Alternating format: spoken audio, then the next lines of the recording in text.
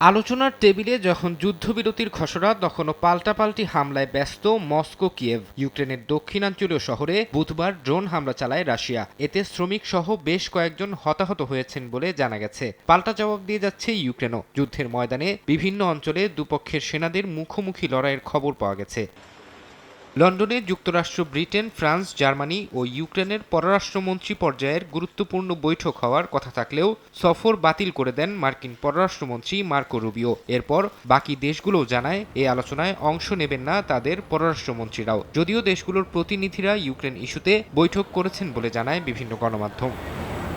যুদ্ধবন্ধে আগ্রহী হলেও রাশিয়ার কাছে কোনো অঞ্চল ছেড়ে দিতে নারাজ ইউক্রেনের প্রেসিডেন্ট ভলোদিমির জেলেনস্কি। তিনি বলেন, কিয়েভ কখনোই রাশিয়ার দখলে থাকা ইউক্রেনের কোনো অঞ্চলকে স্বীকৃতি দেবে না। এদিকে জেলেনস্কির এমন মন্তব্যে চটেছেন মার্কিন প্রেসিডেন্ট ডোনাল্ড ট্রাম্প। সামাজিক মাধ্যমে দেয়া পোস্টে তিনি বলেন, চলমান আলোচনাকে ক্ষতিগ্রস্ত করছেন জেলেনস্কি। ট্রাম্প বলেন, ইউক্রেনের প্রেসিডেন্ট চাইলে যুদ্ধ আরও ৩ বছর চালিয়ে যেতে পারেন এবং নিজের পুরো দেশই হারাতে পারেন।